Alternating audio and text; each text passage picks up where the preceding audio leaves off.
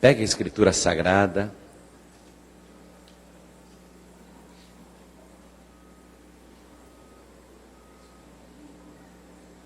Vamos ficar todos de pé. Vamos ficar todos de pé agora.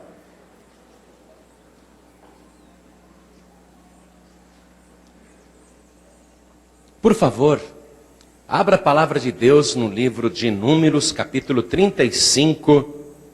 Vamos ler do versículo 9 até o 11.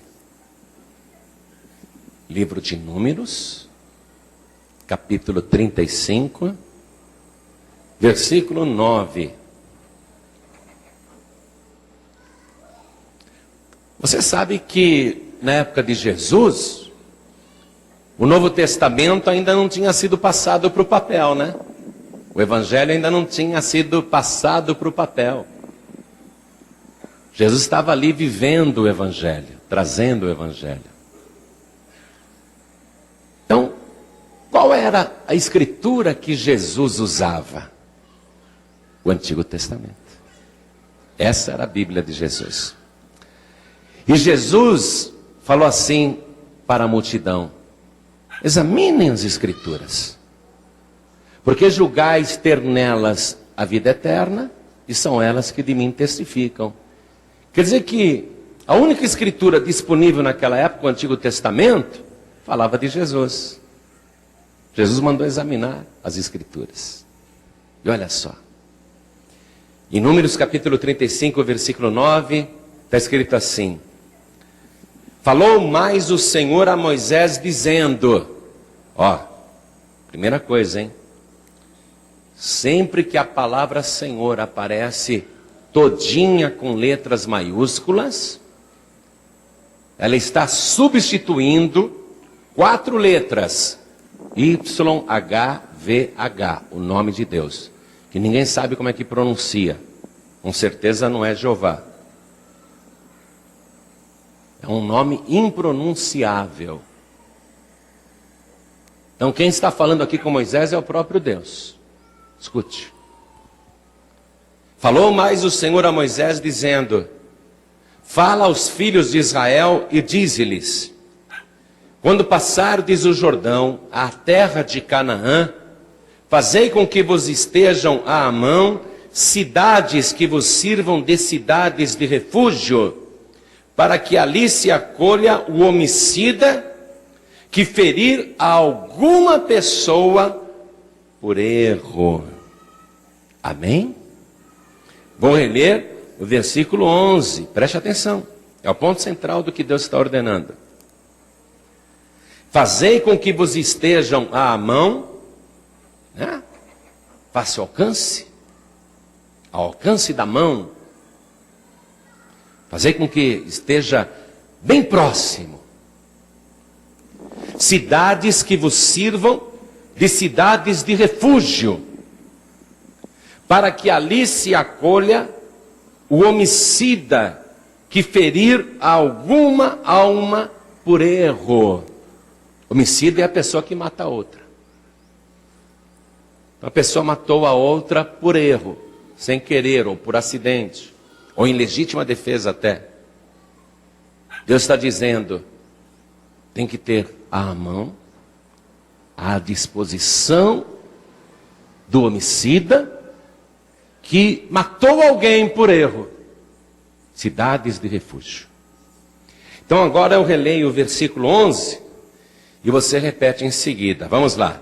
Fazei, toda a Zona Leste bem alto, vai. Fazei, toda São Paulo bem alto, vai. Fazei com que vos estejam à mão cidades que vos sirvam de cidades de refúgio, para que ali se acolha o homicida. Gente, o crime de matar alguém é o mais condenável entre todos os mandamentos de Deus. O homicida é quem mata. Para que ali se acolha o homicida, vamos lá, que ferir alguma alma por erro. Ordem estranha de Deus, né? Mas quem acredita que o próprio Deus chamou Moisés e falou isso? Quem acredita? Você acredita que esta é verdadeiramente a palavra de Deus? Então desocupe as tuas mãos e vamos dar para o Senhor, para o verdadeiro Deus, a melhor salva de palmas que a Zona Leste de São Paulo já deu para a sua palavra. Quer ver essas palmas melhorarem? Abra a boca e diga glória ao teu nome, Senhor. Aí, viu só? De novo, glória ao teu nome, Senhor. Isso, vai por tua conta, vai aplaudindo e glorificando. Você que está ouvindo pela rádio, você que está acompanhando pela internet, você que está vendo pela TV, junte-se a nós agora. Isso, glorifique a Deus conosco. Isso, dá glória, glória, glória. Pai querido, olha que coisa linda. Abre o céu para receber este louvor. E sobre cada vida que te glorifica, derrame a tua bênção, a tua graça, a tua virtude, o teu poder.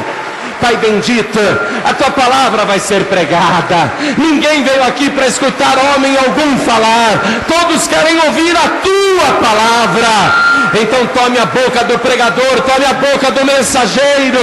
Envia a tua palavra com poder e autoridade. E que a tua palavra vá e produza o resultado para o qual está sendo mandada. Em nome do Senhor Jesus. Diga amém, Jesus. Quem tiver lugar pode sentar, por favor. Amados, eu vim trazer esta palavra sobre a cidade de refúgio por causa de um criminoso italiano chamado Cesare Battisti, que na década de 70 matou 4 pessoas na Itália. Ele pertencia a uma facção terrorista chamada Proletários Armados pelo Comunismo, PAC. E ele foi preso na Itália por causa desses assassinatos, mas conseguiu fugir para a França. E o processo na Itália correu e ele foi condenado à prisão perpétua. Quando a Itália pediu para a França extraditar o Cesare Battisti, para ele cumprir a condenação, prisão perpétua pelos 4 assassinatos, ele fugiu para o Brasil. E ele ficou aqui no Brasil, anonimamente, fugitivo. Aí ele foi preso, e ele pediu refúgio no Brasil, alegando que ele era um perseguido político. Ele pediu refúgio aqui no Brasil, dizendo que ele matou 4 pessoas na Itália, mas ele era um ativista político. E o governo brasileiro, através do ministro da Justiça, analisou o pedido de refúgio e resolveu conceder o refúgio para o Cesare Battisti aqui no Brasil, mesmo ele tendo sido condenado na Itália à prisão perpétua pelos 4 assassinatos.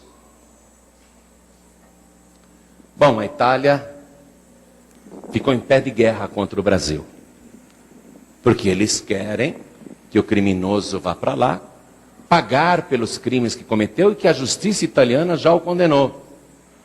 Então, uma polêmica tremenda, um caso que até abalou as relações do Brasil com a Itália. A imprensa cobriu amplamente o caso e virou uma crise diplomática internacional. Um problema sério. Aí a pessoa que não está bem informada acerca das leis, ela fala que absurdo. O Brasil dar refúgio para um assassino italiano, condenado no seu país à prisão perpétua. E quando o ministro da Justiça do Brasil concedeu o asilo político, o refúgio político para o Cesare Battisti, ele pode andar livremente no nosso país, pode abrir negócios, pode trabalhar, pode casar, pode ter filhos, ele pode pegar avião, viajar de São Paulo para o Rio de Janeiro, para Recife, para Salvador, para Manaus, para Goiânia, para Brasília, para Curitiba, para Porto Alegre, para Teresina, ele pode fazer o que quiser. A partir do momento que foi concedido o refúgio, o Cesare Battisti pode viver no nosso país livremente. Mas preste atenção.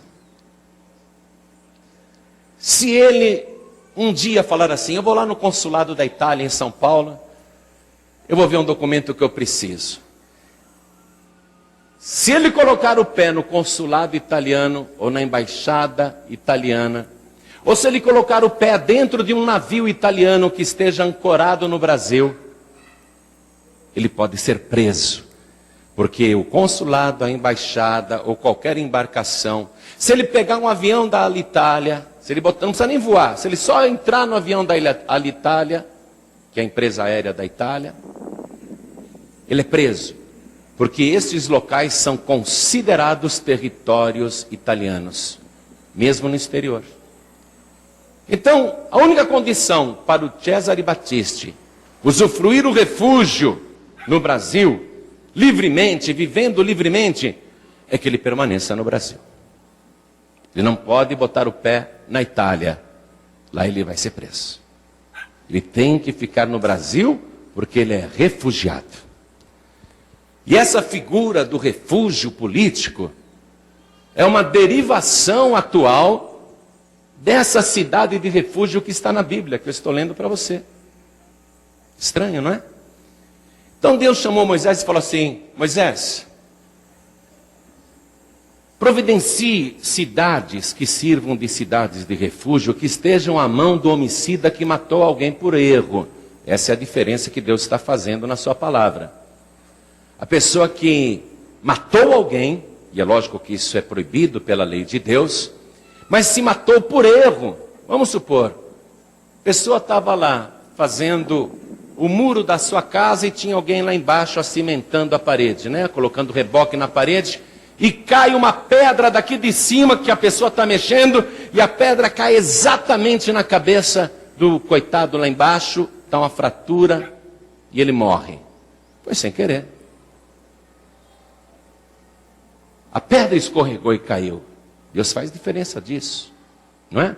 Agora, se a pessoa está aqui em cima, estou com essa pedra aqui na mão, ali está o meu cunhado que eu não gosto.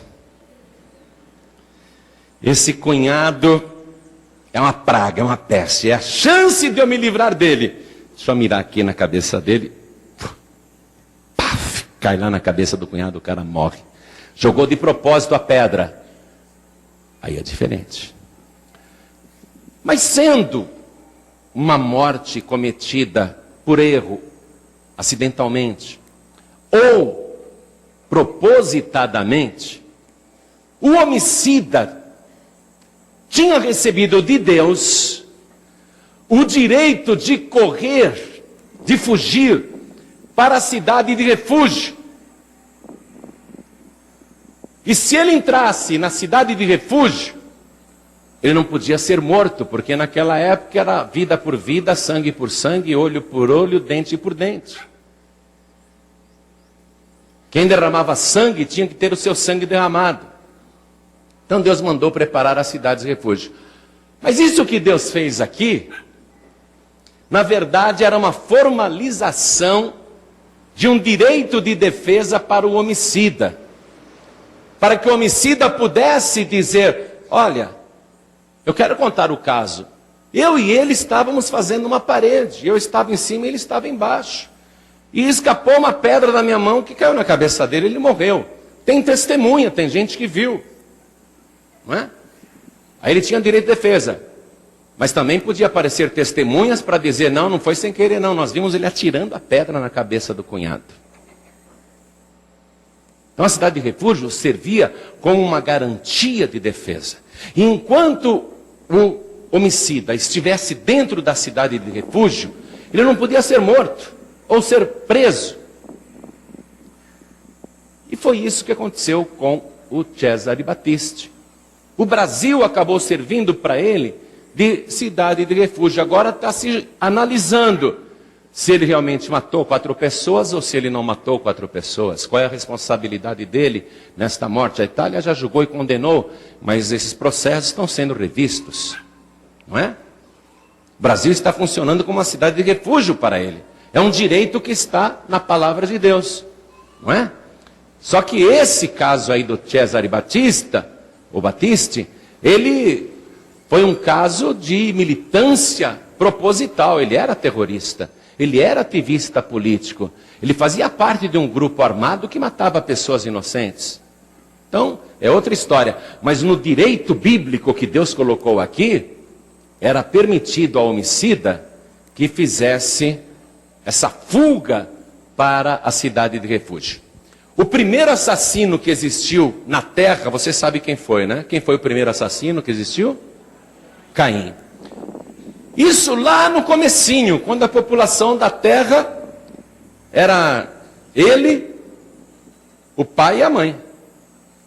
Mas essa figura aqui da necessidade de um lugar para fugir já estava ali presente na vida do primeiro assassino. E o primeiro assassino, que foi Caim, ele teve medo de que um dia no futuro nascesse uma pessoa que resolvesse vingar o sangue de Abel. Caim já intuiu naquela hora que surgiria no futuro o vingador do sangue. Então é por isso que ele pede para Deus, e eu quero que você vá comigo aqui no livro de Gênesis, no capítulo 4, no versículo 13. Olha o que o primeiro homicida, o primeiro assassino da história falou para Deus. Só que você sabe que Caim não matou o irmão sem querer, né? Ele atraiu o irmão para o campo, armou uma cilada e matou traiçoeiramente. Mas ele sentiu que um dia no futuro poderia surgir o vingador do sangue. Então ele quer fugir. Olha o que ele diz para Deus. Estou em Gênesis capítulo 4, versículo 13. Então disse Caim ao Senhor: é maior a minha maldade que a que possa ser perdoada. Eis que hoje me lanças da face da terra, e da tua face me esconderei, e serei fugitivo e errante na terra. Serei fugitivo e errante na terra, e será que todo aquele que me achar, me matará. Caim pensou assim. O Caim pensou assim: no futuro, quem se encontrar comigo e sabendo que eu sou um assassino, vai vingar o sangue do Abel. Ele teve medo da figura do vingador do sangue. Quando Deus desfez tudo na época de Noé, e começou tudo de novo, quando Noé saiu da arca para repovoar a nova terra, Deus falou sobre o vingador do sangue. Aqui mesmo em Gênesis, vamos no capítulo, deixa eu ver aqui, 9, livro de Gênesis capítulo 9, versículo 6. Olha só, Deus falou com Noé, Deus falou assim: quem derramar o sangue do homem, pelo homem o seu sangue será derramado, porque Deus fez o homem conforme a sua imagem. É o vingador do sangue. Quem derramar o sangue de um homem, por outro homem o seu sangue será derramado. É o vingador do sangue. Muito tempo depois, surgiu um homem chamado Moisés. E ele morava no Egito. Ele estava com 40 anos de idade. E ele resolveu visitar os seus irmãos hebreus. Ele era um príncipe egípcio, se vestia como egípcio. E ele vai visitar os escravos hebreus e ele vê um escravo hebreu sendo maltratado por um egípcio e ele mata o egípcio. Ele se torna um homicida, assassino. Ele matou um homem, um egípcio. Pegou o cadáver e escondeu na areia. Ocultou o corpo, ele ocultou as provas do crime. Mas também Moisés, naquela ocasião, ele sentiu medo do vingador do sangue, porque o próprio faraó, quando soube que Moisés tinha matado um egípcio, o faraó resolveu vingar o sangue do egípcio e queria matar o Moisés. Vamos comigo no livro de Êxodo, capítulo 2. Nós estamos avançando rapidamente. Quero que você me acompanhe aqui. Êxodo, capítulo 2. Para ver como essa figura do vingador do sangue, ele vai surgindo. Está escrito assim, ó, livro de Êxodo, capítulo 2, versículo 11. E aconteceu naqueles dias que, sendo Moisés já grande, saiu a seus irmãos e atentou nas suas cargas, e viu que um varão egípcio feria a um varão hebreu de seus irmãos, e olhou a uma e a outra banda, e vendo que ninguém ali havia, feriu ao egípcio e escondeu-o na areia. E tornou a sair no dia seguinte, e eis que 2 varões hebreus contendiam. Agora não era um egípcio contra um hebreu, eram 2 hebreus brigando. E disse ao injusto: por que feres o teu próximo, né? Moisés falou: por que você está ferindo o teu irmão? O qual disse: quem te tem posto a ti por maioral e juiz sobre nós? Pensas matar-me como mataste o egípcio? Olha só. Então temeu Moisés e disse: certamente este negócio foi descoberto. Ouvindo, pois, Faraó este caso, procurou matar a Moisés, mas Moisés fugiu de diante da face de Faraó e habitou na terra de Midian e assentou-se junto a um poço. Ou seja, quando Moisés se tornou um homicida, um assassino, ele fugiu do vingador do sangue, e Midian foi a sua cidade de refúgio. Ele se escondeu ali. Ficou 40 anos escondido ali. E é interessante, amados, que todos eles tinham a certeza, todos esses assassinos, tinham a certeza que um vingador do sangue viria atrás deles para requerer o sangue, porque o próprio Deus tinha dito isso para Noé. Quando um homem derramar o sangue de outro homem, por outro homem o seu sangue será derramado. Então todos tinham certeza que surgiria o vingador do sangue. E agora o próprio Moisés foge do Egito para Midian e faz de Midian, a terra dos midianitas, ele faz ali a sua cidade de refúgio. Ele fica escondido para não ser morto pelo vingador do sangue, que é o faraó. Aí Deus, veja como é interessante o caso. Nós vamos agora retornar para o capítulo 35 de Números, que foi o início da nossa leitura. Agora Moisés deve ter de 80 a 100 anos. Ele já libertou o povo de Israel do Egito. E ele está para entrar na Canaã prometida por Deus. Conseguiu, finalmente chegou, atravessaram o deserto. Saíram do deserto para a bênção. Estão para possuir a bênção. Antes de entrar, Deus fala para Moisés: deixe à mão cidades que sirvam de cidade de refúgio, para acolher o homicida que matou alguém por erro. Mas Deus ele não dava proteção para os assassinos. Deus ele dava o direito de defesa para os assassinos. Ou seja, vamos agora imaginar o seguinte: estão aqueles 2 homens construindo a parede. Tem um aqui em cima colocando uma pedra. E tem outro lá embaixo, rebocando a parede, ou pegando areia, ou fazendo qualquer coisa. Sem querer ou de propósito, a pedra cai e mata a pessoa que está lá embaixo. Imediatamente, algum homem familiar do morto tinha o direito bíblico de se vingar do assassino, castigando-o com as suas próprias mãos e derramando o seu sangue para pagar o sangue que ele derramou.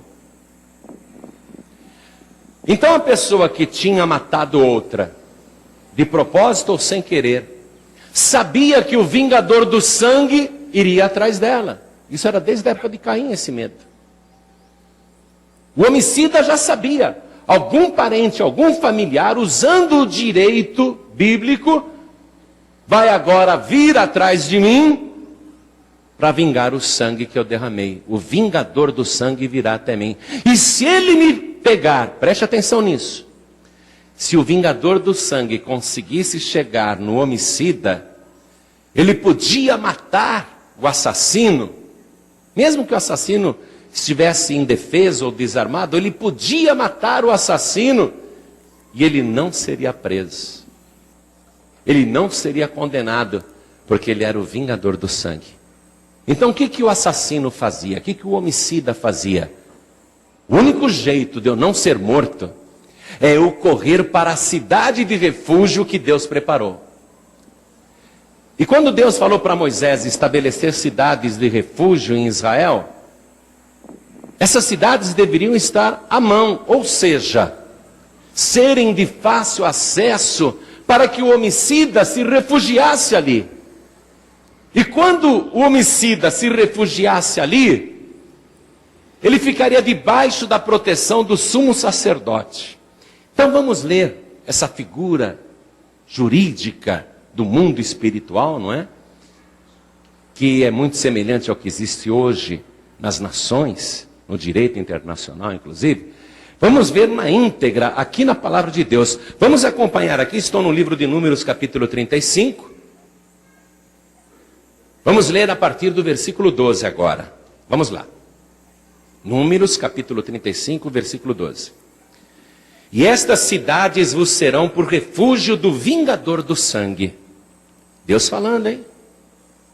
Para que o homicida não morra, até que esteja perante a congregação no juízo. Olha só, garantir o direito de defesa. Para que o vingador do sangue não matasse a pessoa antes dela se defender. Se o assassino conseguisse chegar na cidade de refúgio, o vingador de sangue não podia entrar na cidade de refúgio e matá-lo lá dentro. Porque aí ele estaria cometendo um crime e ele seria morto. Quando o assassino conseguisse chegar na cidade de refúgio, ele estava protegido. Vamos continuar a leitura. Versículo 13. E das cidades que derdes, haverá 6 cidades de refúgio para vós. 3 destas cidades dareis daquém do Jordão, e 3 destas cidades dareis na terra de Canaã, cidades de refúgio serão. Serão de refúgio estas 6 cidades para os filhos de Israel, e para o estrangeiro, e para o que se hospedar no meio deles, para que ali se acolha aquele que ferir alguma pessoa por erro. Reparou uma coisa aqui no versículo 15? Que não era só para o hebreu o direito de usufruir da cidade de refúgio. Também o estrangeiro. Então alguém hoje no Brasil está indignado, mas vem cá, acolher um assassino italiano no nosso país e deixar ele livre? Ele não pode ser preso? Ele é estrangeiro. Devolve esse camarada lá para a Itália, não temos nada com isso. Está trazendo prejuízo para o nosso país, está manchando a imagem do Brasil. Não está manchando a imagem coisa nenhuma. É direito, amados. É direito. O Cesare Batista alega que na Itália ele não teve direito de defesa. Que lá ele foi julgado à revelia. Que as testemunhas eram falsas. Que ele não cometeu esses 4 assassinatos. E o governo brasileiro então deu refúgio para ele no nosso país. E automaticamente causou uma ira na Itália. Quer dizer que o nosso julgamento não vale? O nosso tribunal não vale? O direito italiano não presta? O nosso tribunal é uma farsa? Quer dizer que só o direito brasileiro é bom? Mandem o Cesare Battisti para cá, porque ele tem que cumprir prisão perpétua, é um assassino. Ele foi refugiado no Brasil. Está protegido pela lei do Brasil. E não é só o Brasil que tem essa lei, não. Quase todas as nações do mundo têm um refúgio político. Então, continuando aqui, é para o estrangeiro também. Mas agora, veja só. Deus ele fazia essa distinção entre assassinato por erro e assassinato proposital. Quando o assassino estivesse na cidade de refúgio, ele seria julgado, as testemunhas se apresentariam. E aí iriam dizer se ele matou de propósito ou sem querer. No direito penal brasileiro, quando alguém mata uma pessoa de propósito, é crime doloso. Ou seja, o agente planejou a ação e quis aquele resultado. Armou uma cilada. Pegou a pessoa e a matou. Teve a intenção e queria o resultado da morte. Isso é crime doloso, crime proposital. Agora, veja só, estou dirigindo aqui na Avenida Celso Garcia, farol fica aberto para mim, sinal verde. Eu vou passar aqui no cruzamento da Aricanduva com a Celso Garcia. Me vem um motoqueiro atravessando o sinal vermelho, bate no meu carro, voa por cima do carro, cai no asfalto, quebra a cabeça e morre. Eu matei ele de propósito? Não foi. Mas eu fui envolvido naquela morte. Eu vou ter que arrumar testemunhas para ir comigo em juízo e dizer, não, o farol estava verde. O João Ribe estava passando no sinal verde, o motoqueiro que atravessou e foi o motoqueiro que bateu nele. João Ribe não teve culpa nenhuma. Então não vou pagar pelo crime. Agora eu estou lá no farol vermelho, estou no sinal vermelho. Vejo um motoqueiro passando, eu falo, não acredito, é o meu inimigo. É a minha chance. E atropelo o motoqueiro e mato ele. Aí saio dizendo que foi sem querer. Não, foi sem querer. Mas aparecem testemunhas para dizer, não, ele engatou a marcha, ele acelerou, ele jogou o carro em cima do coitado, ele matou de propósito. Aí o crime é doloso. Vocês entenderam a diferença? Deus fazia essa diferença, mas na cidade de refúgio, o homicida tinha o direito de se defender. Então vamos acompanhar aqui a palavra de Deus. Eu vou pular essa parte, depois você lê em casa, essa parte aqui que detalha crime sem querer, ou crime proposital. Eu vou pular essa parte aqui porque eu já expliquei isso para você. Vamos para o versículo 24. Para o versículo 24. Quando o homicida já entrou na cidade de refúgio e o vingador de sangue está lá fora. Ele não pode entrar. O versículo 24 diz assim: então a congregação julgará entre o feridor e o vingador do sangue segundo estas leis. E a congregação livrará o homicida da mão do vingador de sangue, e a congregação o fará voltar à cidade do seu refúgio, onde se tinha acolhido. E ali ficará até a morte do sumo sacerdote, a quem ungiram com o santo óleo. Então, a cidade de refúgio tinha um sumo sacerdote. O homicida estava debaixo da proteção do sumo sacerdote. Ele não podia sair da cidade de refúgio, porque o vingador de sangue estava lá fora. Mas se ele ficasse enjoado de ficar na cidade de refúgio, onde ele estava protegido, ele diz assim, estou olhando lá fora, o vingador de sangue já foi embora, já desistiu. Vou dar um passeiozinho lá fora. Estou enjoado de ficar aqui dentro. Vou dar um passeiozinho lá fora. Se o vingador de sangue aparecesse e o matasse, o vingador de sangue não seria preso nem condenado, porque o refugiado saiu da cidade de refúgio. Vamos acompanhar isso aqui para frente no versículo 26 em diante. Porém, se de alguma maneira o homicida sair dos termos da cidade do seu refúgio, onde se tinha acolhido, e o vingador do sangue o achar fora dos termos da cidade do seu refúgio, se o vingador do sangue matar o homicida, não será culpado do sangue. Olha só. Não será culpado de ter matado o assassino, porque o assassino saiu da cidade do refúgio. Versículo 28, preste atenção.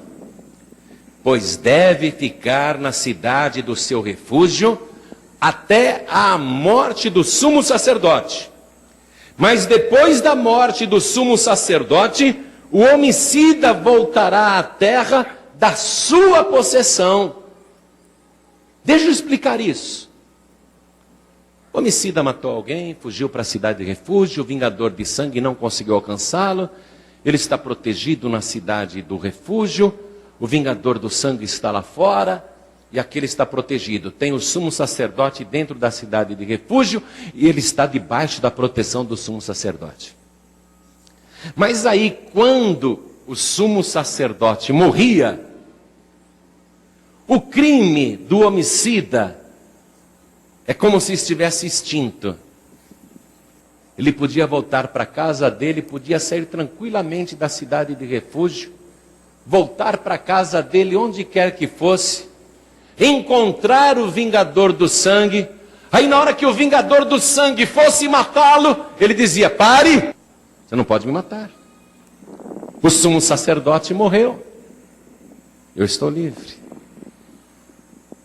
Até aí você entendeu tudo? Por que Deus preparou isso, amados? Além de dar o direito de defesa para uma pessoa dizer se é culpado ou inocente, se matou de propósito, ou se foi legítima defesa, ou se foi acidente. Além de Deus dar esse direito a um julgamento para o assassino, um julgamento imparcial, por que Deus aí diz que lá tinha um sumo sacerdote? E por que Deus está falando que o refugiado não podia sair da cidade de refúgio, sob pena de ser morto lá fora pelo vingador do sangue? O que Deus está querendo dizer com tudo isso? E por que Deus ainda diz que morrendo o sumo sacerdote, o homicida está livre?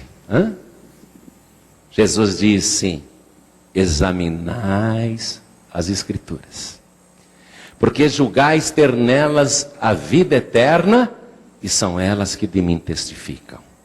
Então vamos ver Jesus aqui, amados. Vamos ver Jesus. Nós não precisamos ser um assassino, um ladrão, para ser um fugitivo do vingador do sangue. Nós não precisamos ser assassinos ou homicidas. Basta a gente ser um pecador. A partir do momento que você é um pecador, Deus diz na sua palavra: a alma que pecar, essa morrerá. Quem é que está sempre espreitando, querendo matar cada um de nós? É Satanás. Jesus disse que ele veio para matar, para roubar e destruir. Se a pessoa que é pecadora corre para a cidade de refúgio que é a igreja e procura nela o sumo sacerdote, que não é o pastor João Ribe Palharim, mas o nosso Senhor e Salvador Jesus Cristo.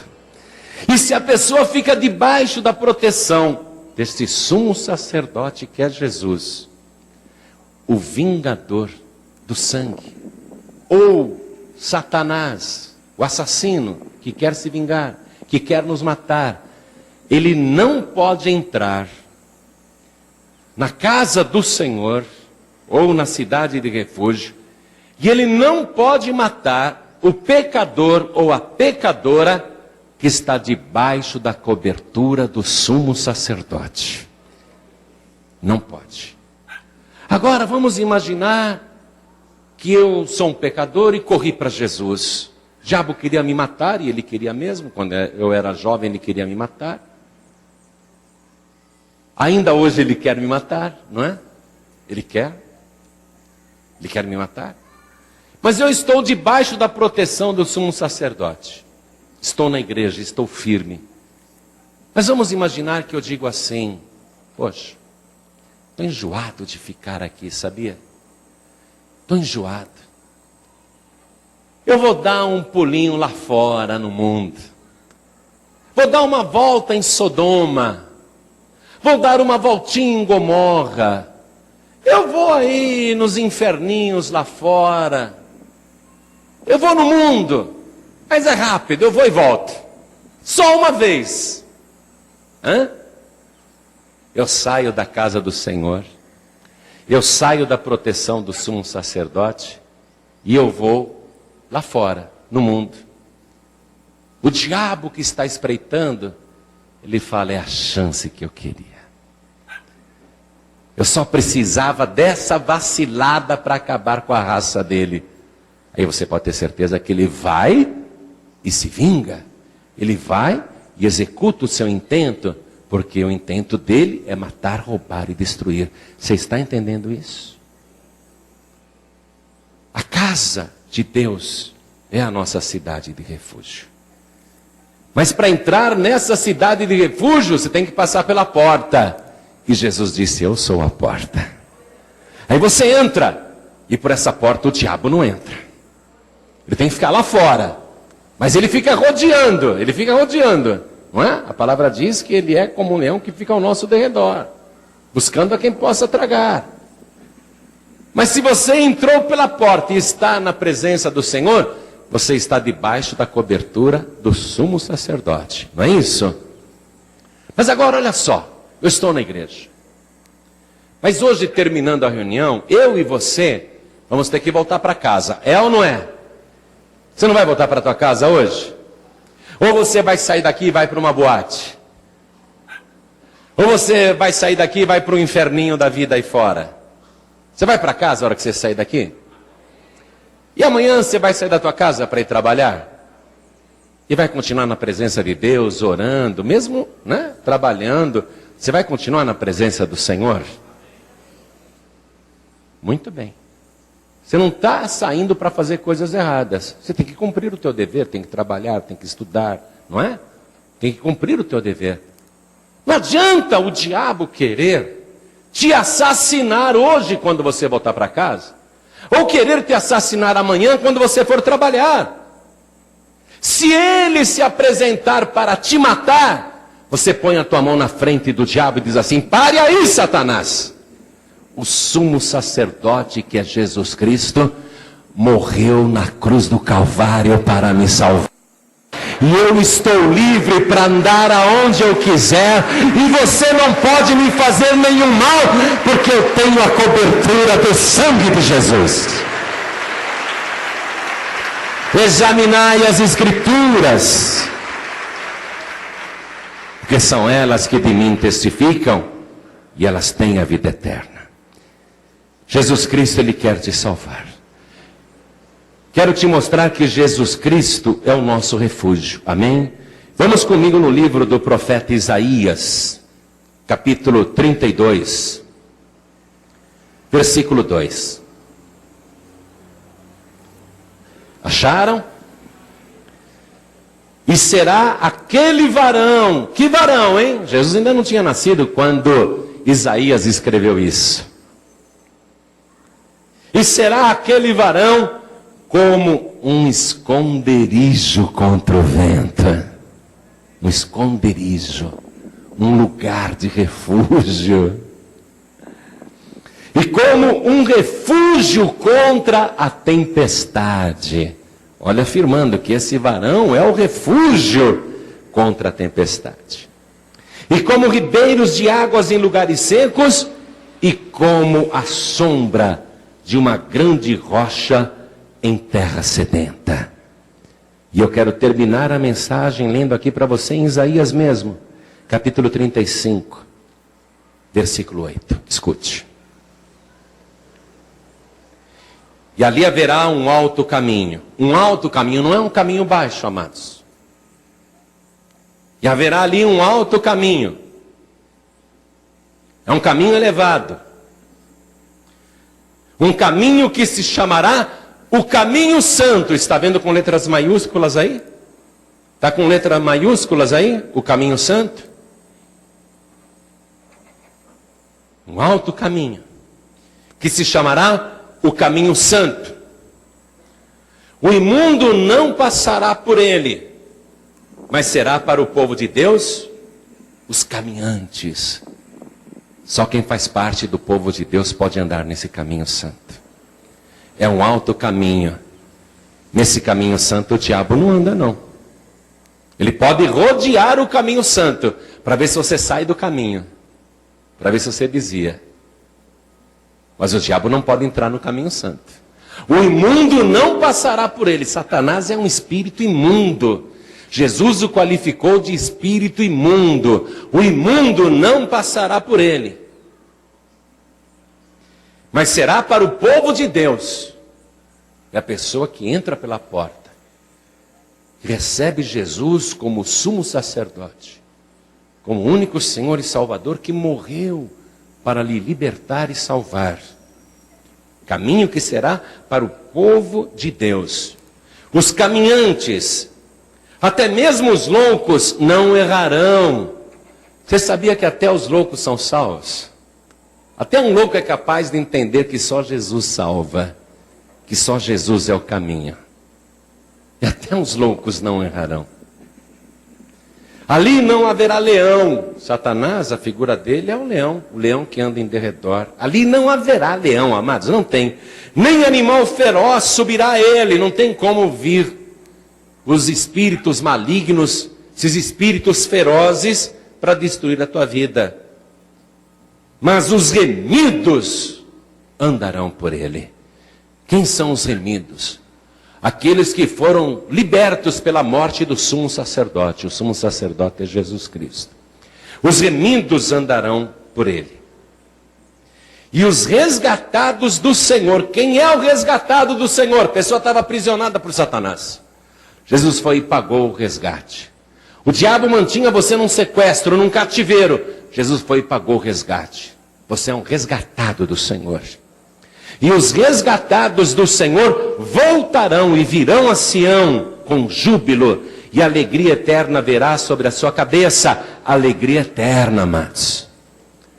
Desde que eu entrei pela porta e me abriguei na igreja e fiquei debaixo da cobertura do sumo sacerdote que é Jesus, além de eu estar no caminho santo, por onde o diabo não anda e nem o leão feroz alcança, eu tenho vivido uma eterna alegria. Essa alegria nunca mais tem fim. Olha só. E deles fugirá a tristeza e o gemido. Nesse caminho não tem tristeza e não tem gemido. Só alegria. Só proteção. Então toda a igreja se coloca de pé agora. Sabe o que Jesus disse? Eu sou o caminho. Eu sou a porta. Jesus é o sumo sacerdote. Na carta aos Hebreus, capítulo 3, versículo 1, Jesus é chamado de sumo sacerdote. Depois você lê ali esse trecho. Mas ali ele é chamado de sumo sacerdote. Com a morte do sumo sacerdote, o culpado estava livre para voltar para casa, para andar livremente. O vingador de sangue não podia mais alcançá-lo, nem se vingar. Alegria nesse alto caminho. Não tem gemido, não tem tristeza, não tem ranger de dentes. Então olhem todos para mim. Você não precisa matar alguém para ser culpado de morte. A alma que pecar, essa morrerá. Se o diabo matar você lá fora, no mundo, porque você é pecador e não se arrependeu e nem entregou a vida para Jesus, você vai morrer por tua própria culpa. Perecerá. Mas se você reconhecer que é culpado, culpada, e correr para a cidade de refúgio, entregar a vida para Jesus e ficar debaixo da cobertura do sumo sacerdote, que morreu para te salvar, que deu sangue pelo teu resgate, então Satanás não poderá te tocar. Com a morte de Jesus, você é livre de verdade. Se você não entregar a vida para Jesus hoje, preste atenção no que eu estou falando, hein? Eu tenho até medo quando Deus me usa com esse atrevimento. Preste atenção. Porque quando eu falo assim, eu sei que tem coisa perigosa para acontecer. E não falo isso para colocar medo, não, para te amedrontar. Nada disso. Eu é que fico amedrontado quando Deus me manda falar desse jeito. Se hoje você não entregar a sua vida para Jesus, e se você sair daqui sem ter entregado a sua vida para Jesus, o diabo te matará lá fora. E você será a única pessoa culpada pela sua própria morte. O diabo vai fazer o papel dele. Qual é o papel dele? Roubar, matar e destruir. Então, em nome de Jesus, olhem todos para mim. Sabendo que Jesus é o caminho. Sabendo que Jesus é a porta que coloca você dentro da cidade de refúgio. Sabendo que Jesus é o sumo sacerdote, o maior de todos. Sabendo que o sumo sacerdote morreu na cruz do Calvário e você pode ser livre. Livre de todos os seus pecados e culpas. Sabendo da palavra, como ela funciona. Quantos aqui querem pedir refúgio na cidade do nosso Deus, aonde o diabo não entra? Quantos aqui querem pedir refúgio na cidade santa de Deus e receber Jesus como único, suficiente, exclusivo e eterno Salvador? Quem quer? Erga a mão direita assim bem alto. Erga a mão direita. Olha quanta gente. Todos que ergueram as mãos, saiam dos seus lugares e venham aqui para frente. Corram para a cidade de refúgio. Corram do vingador. Corram de Satanás. Corram, não deixa o diabo te alcançar, não. Vem rapidamente aqui para frente. Ô glória, vamos aplaudir mais o Senhor Jesus. Você está escapando de Satanás, olha só. Olha quanta gente escapando. Ô glória, vamos aplaudir mais o Senhor Jesus. Você que está afastado, afastada. Você entendeu a palavra? Você que está sem igreja, preste atenção. Você saiu da cidade de refúgio. Você que se desviou. Você que saiu para o mundo. De vez em quando você vai até na igreja, mas você não está ligado em nenhuma igreja. Você está sem igreja. Você que se afastou e continua afastado, afastada. De vez em quando você vai em uma outra igreja, mas hoje você veio aqui e ouviu esta palavra. Você vai ficar fora? Vai continuar no mundo conhecendo a palavra? Então você que está sem igreja, saia do teu lugar e venha aqui para frente em nome de Jesus. Corre para a cidade de refúgio. Corre. Você que está sem igreja, corre para cá. Você não vai ficar sem cobertura do sumo sacerdote. É aqui dentro que está a proteção. É aqui dentro que está a bênção. Vamos aplaudir mais o Senhor Jesus. Corre, corre, corre. Vem para a cidade de refúgio. Você que está fraco, fraca, pensando assim, poxa, estou tão enjoado de ficar na igreja. Estou tão enjoado, enjoada de ir para a igreja de domingo, de quarta, de sexta. Queria dar uma passeadinha lá fora. Tem passado esse pensamento na tua cabeça? Estou cansado, cansada de ficar só aqui dentro. Estou pensando em sair um pouquinho. Ou seja, estou falando com você que está fraquejando na fé, ou que está fraco na fé. Ou que está até pensando em desistir. Preste atenção. Você não pode vacilar. Você não pode sair um pouquinho só lá fora. O diabo vai aproveitar a oportunidade. Então eu quero fazer uma oração por você. Para você se fortalecer na fé. Porque nesse alto caminho aqui tem que ter alegria. E você não pode estar dentro de uma igreja com tristeza. Eu sei que em muitas igrejas não se prega mais a palavra. Isso dá tristeza mesmo. Eu sei que em muitas igrejas há tanto comércio e tanta exploração da fé, que você está triste. Pensa bem. Às vezes a pessoa está num lugar onde todo mundo está doente e ela está doente também. Agora Deus quer que você desista? Deus quer que você volte para o mundo? Você tem que analisar. Você tem que estar na casa de refúgio onde tem a cobertura do sangue do sumo sacerdote, que é Jesus Cristo. Não estou querendo pescar no aquário de ninguém, não. Imagina, não precisamos disso. Paz e Vida cresce sem parar. Paz e Vida inaugura tantas igrejas que a gente nem sabe mais onde está inaugurando igreja. Não estou querendo pescar no aquário de ninguém. Eu estou dizendo que tem igrejas que não são casas de refúgio, que são verdadeiras casas de negócios, verdadeiros covis de ladrões. Estou falando diante de Deus. Às vezes a pessoa está triste, deveria estar alegre no alto caminho, mas está triste, porque não é um alto caminho, é um caminho vil, é um caminho baixo, é um caminho de mercadores da fé.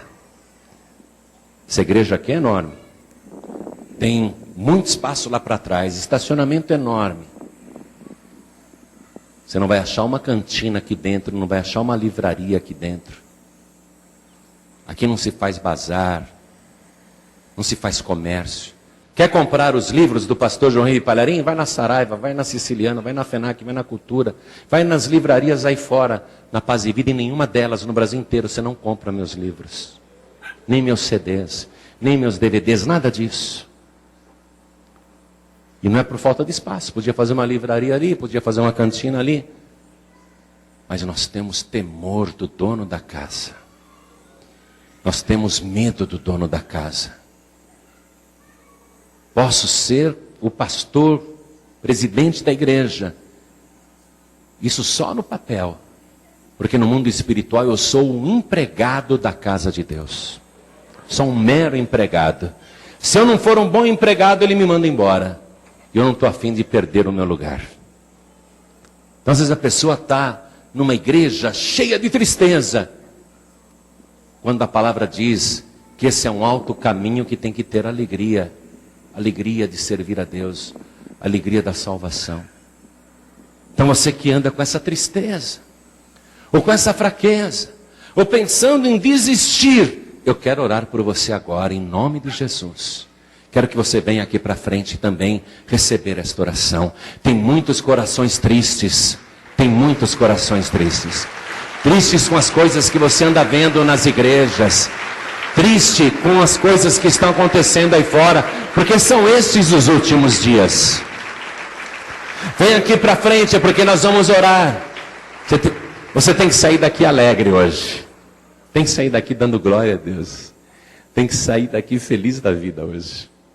E quanto mais alguém está chegando, deixe-me falar com essa pessoa que está ouvindo pela rádio, no carro, no trânsito, na estrada, no caminhão, no veículo.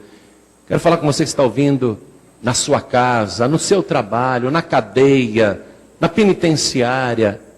Quero falar com você que está ouvindo no hospital, qualquer lugar. Você que está ouvindo essa mensagem pela rádio.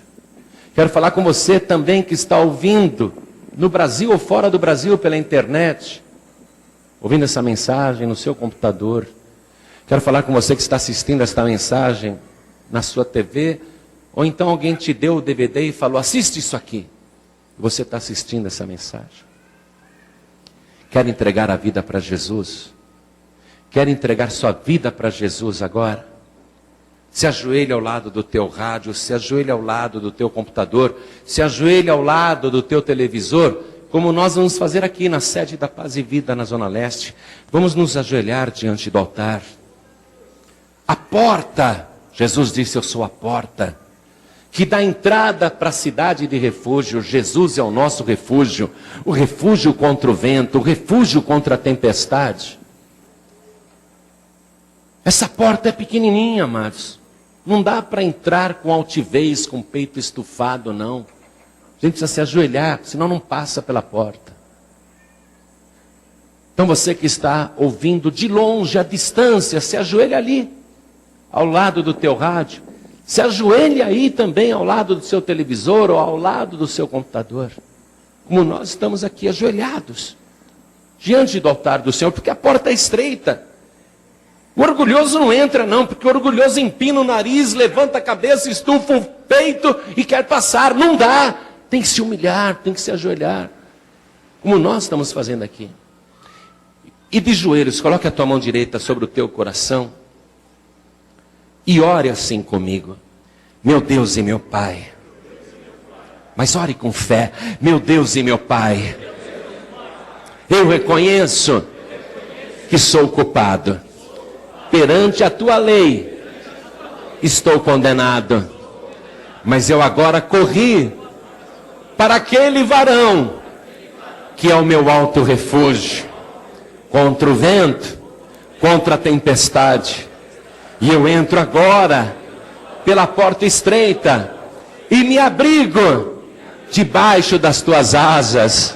Eis-me aqui, Senhor, suplicando pela cobertura do sumo sacerdote, que é Jesus Cristo, que morreu na cruz para me livrar de uma vez por todas e eternamente. Eu peço, Senhor, o perdão sincero dos meus pecados.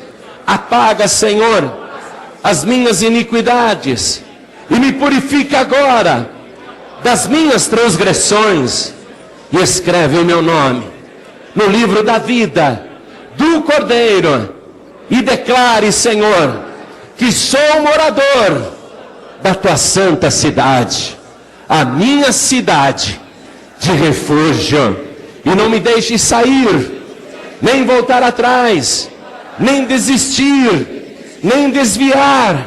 Eu quero, Senhor, permanecer neste santo lugar até o dia da minha partida, ou até o dia do arrebatamento.